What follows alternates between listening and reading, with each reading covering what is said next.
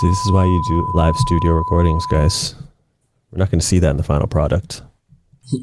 What was I just saying to you now? Oh, you were about to sing. Nah, definitely not. That was what? Definitely not. Sure? Okay. Nah, that's not yet. Jedi mind trick.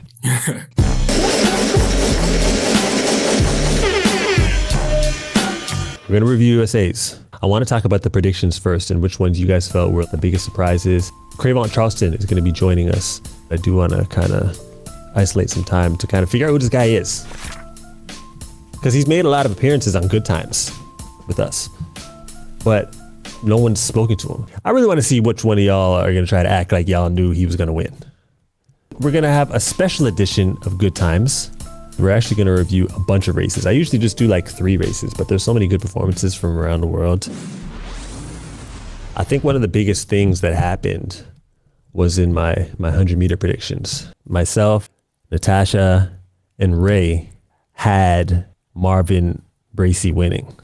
I thought he got injured, but he didn't. I have no idea what happened in that heat. Do you guys know how to explain what happened in that heat? It looked like he was avoiding a tackle. You know he plays football. That's what it looked like. It looked like someone like grabbed the back of his collar. I have no idea what happened. So once that happened, I mean, my picks went to shit. It's easy to say, oh, why would you have Marvin winning after he's out? Well, come on, man. I see loads of people having the best predictions after round 1 and trying to act like super smart. Like, yo, y'all predictions are stupid. Y'all said this, y'all had a round to look at. That's not a prediction no more. You're just saying what you see. I didn't have Noah making it, but Noah, tell me what y'all think about Noah's interview after the race. What are your thoughts about this? Man, I'm so blessed. I had COVID on Monday. Yeah, I heard about that. Monday! Couldn't practice for a whole week. I didn't even know if I was gonna get out the first round. I don't want to hear excuses in the post-race interview when someone else who just won is literally 2 yards from you. Now you can, if you want to talk shit or say something like, well, I'll see you at Worlds or something like that. Okay, do that. But don't do the whole, I had COVID on Monday. Cravont was obviously a surprise, but come on, man. Like, you lost, yo. You still made the team, which was cool. I don't think he's going to clean up his start. I just don't. His YouTube channel is doing some big things right now. Really well done. And he's good on camera. I like it. And he had a episode where he was just going over his start. Some old white guy came with a bunch of machinery to tell him why his start is bad and was going to fix him with the machines. The whole episode, he was frustrated as hell, yo, because he's just not clicking. For someone like Noah, when you're going into a competition, you're approaching the competition, don't focus on your weaknesses so much. Like, your weakness is your weakness, yo. You can go with your bread and butter and you're good. He's the type of person that is bred to close on people. And if you get in big races, adrenaline will get you out of the blocks. All this technical stuff he's trying to force into his brain to have a good start. Some people just don't have good starts. You might just not have a good start, dog. But it's been planted in his head that your start sucks. You got to work on your start. You start. Dog, you have a mean finish. It's mean. So focus on that, man. Fred has never had a good turn. I just thought that he was focusing on the 200 so much this year that by the time championships came around, he would have figured it out. Even when he ran his 4s, even when he ran 2s in the past, he's never in the mix off the turn. It's not his thing. But I could tell in that final that he wanted to gap them on the turn. He got lane 9, which he was lucky he didn't get lane 2 because he ended up misgauging his semi. I'm sure he saw, okay, I have lane 9. I'm going to open up on these cats because I'm a 9-7 dude. He was fighting. He didn't gap them. He actually ran worse off the turn. Though I've never seen him that far behind on the turn. So once that happens, he's used up the majority of his energy, and the finish that he usually has, it wasn't there. He had a finish, but it wasn't enough to close on these mans, yo. Like, and ERRIYON is just, ERRIYON's composed, man. We have to remember, Noah really embarrassed him last year, and that was viral. And looks over and says, don't forget who's the world champion. That's called being posterized right there. I don't think the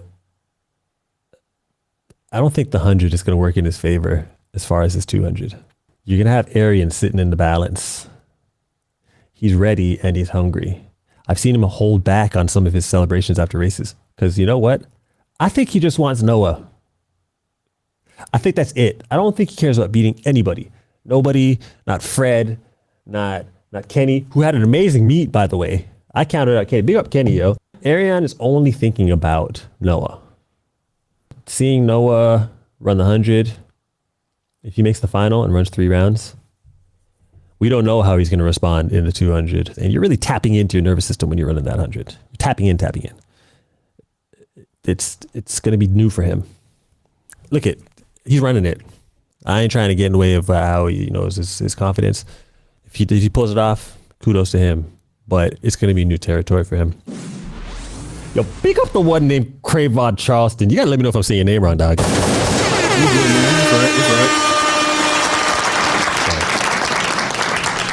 Yo, congratulations. That was huge, man.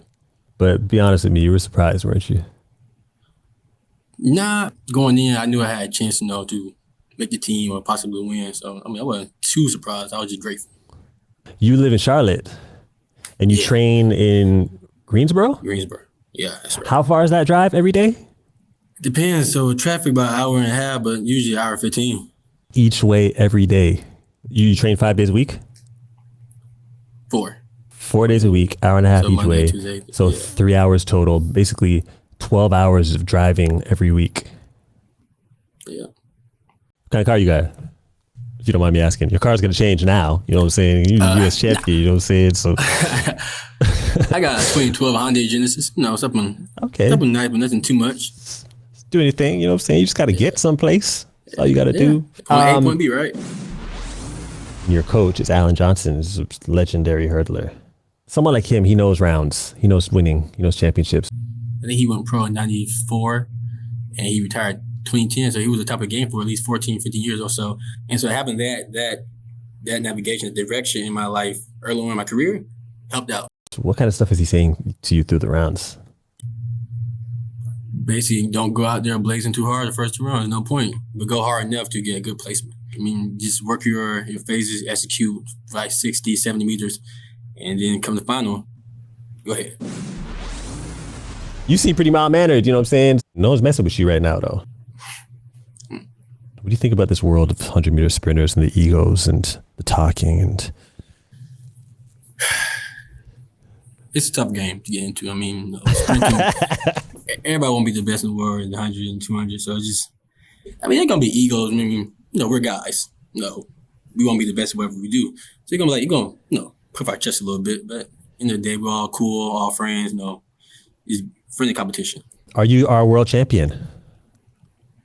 Hey, whatever the Lord has willing in my life, has planned for my life, I want to do. I'm going to train to win. Like I said, whatever I do, I'm going to be the best at it or try to be. So I'm going to train to win. I'm not going to just train to go, I made the world team, that's it. I don't ever do anything just to be doing it. I see you're not sponsored. I'm assuming, actually, because your uniform I've never seen before. One big stressor is trying to find something to wear as an athlete.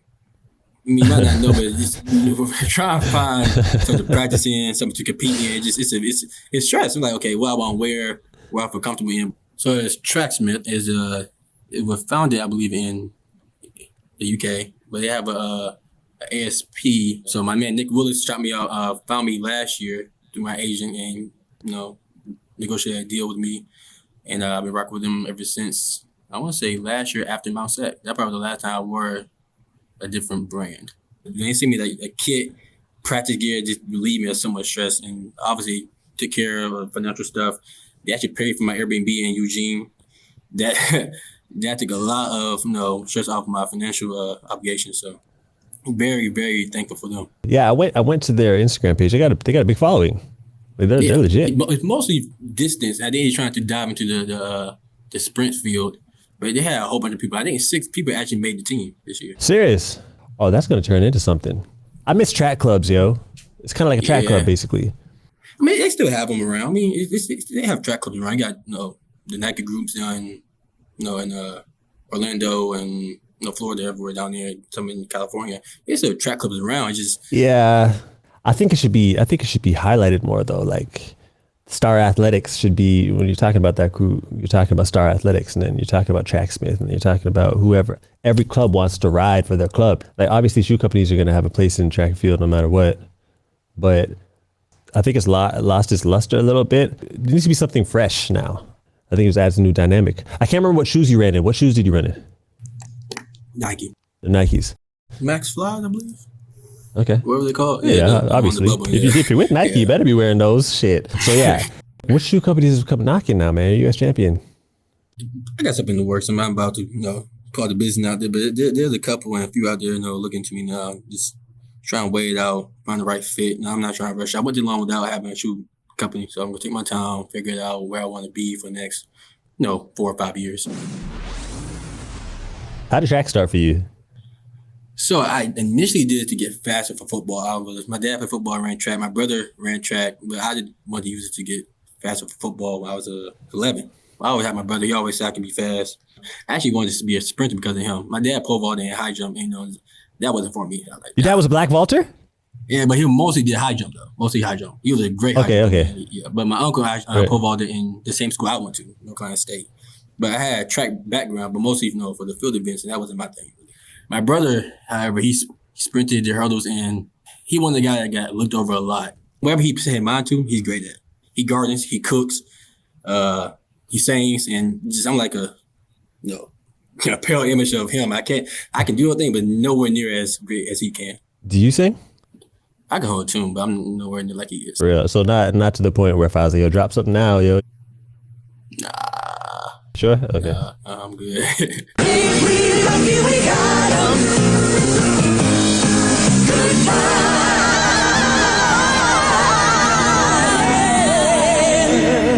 You've made the most appearances on Good Times so far. I want to have you a part of this session of Good Times because we got a few times and performances to look back at, and I kind of want to hear what you got to say about some of these performances. We're actually starting this with your race. So how many times have you watched this? Unfortunately, a lot. I like watching myself run. I hate watching myself run. For some reason, it looks different in my head. I like that's how I look. What is it you don't like about it? In my head, I'm very upright, but when I watch it, it's clearly not it.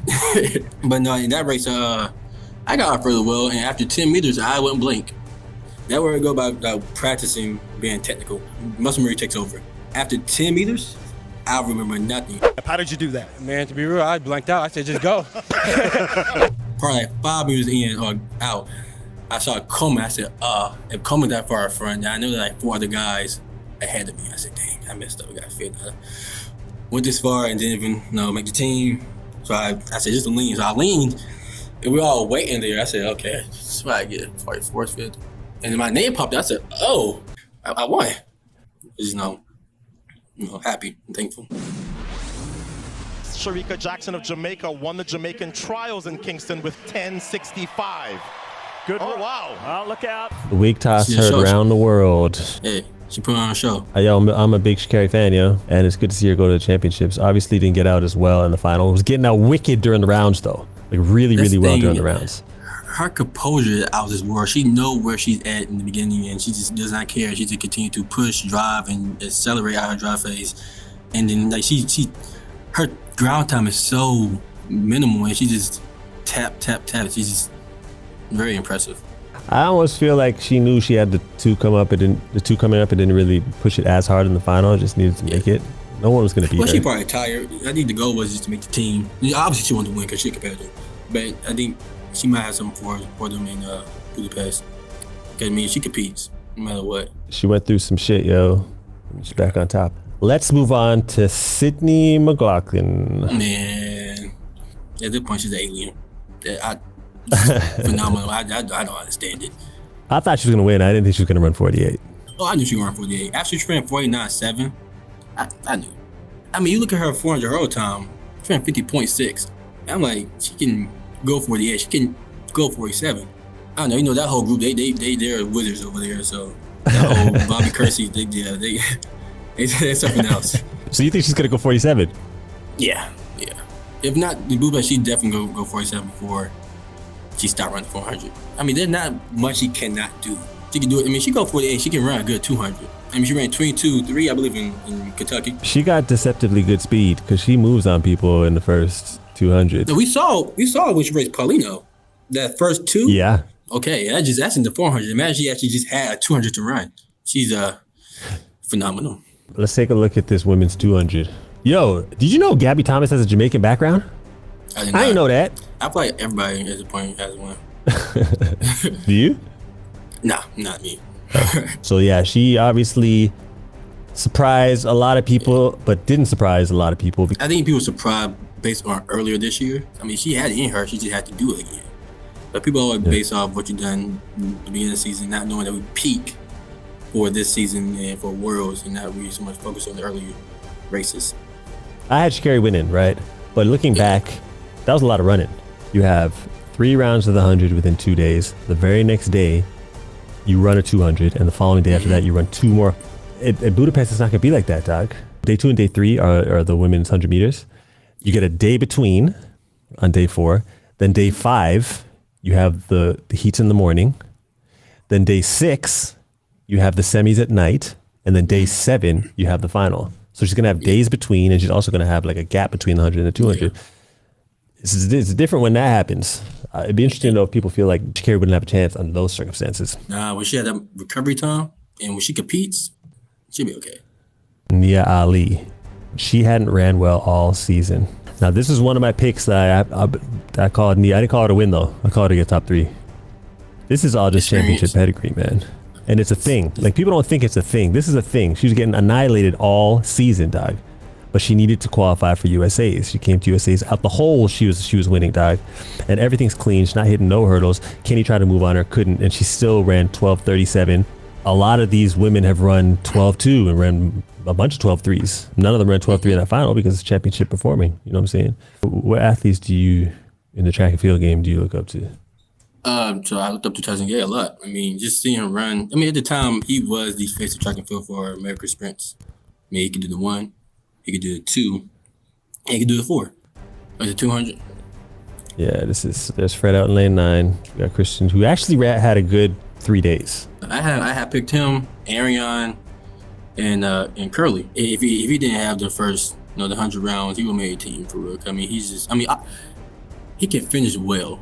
I mean, the guy goes 44, splitting the 400, so he can. He's strong enough to do the 200.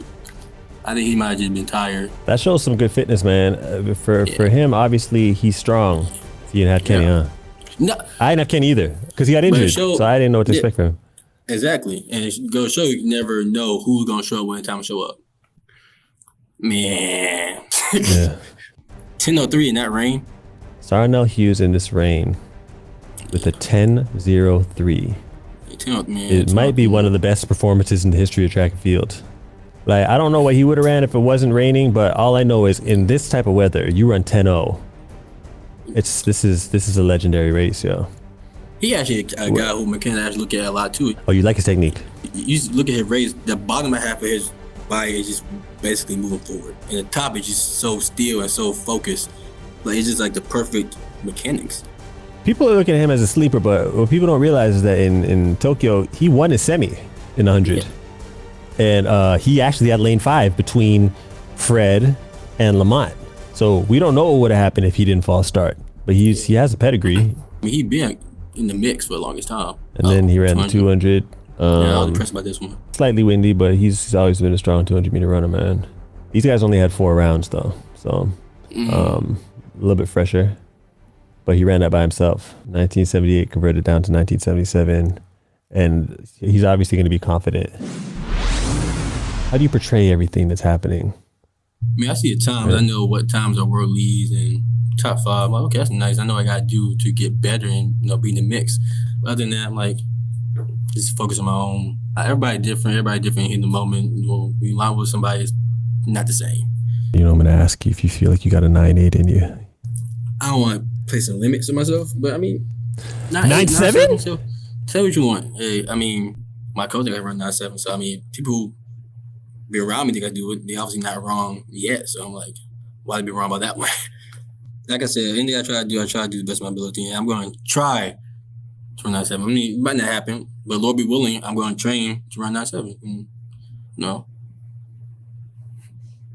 I think I can run 9.7.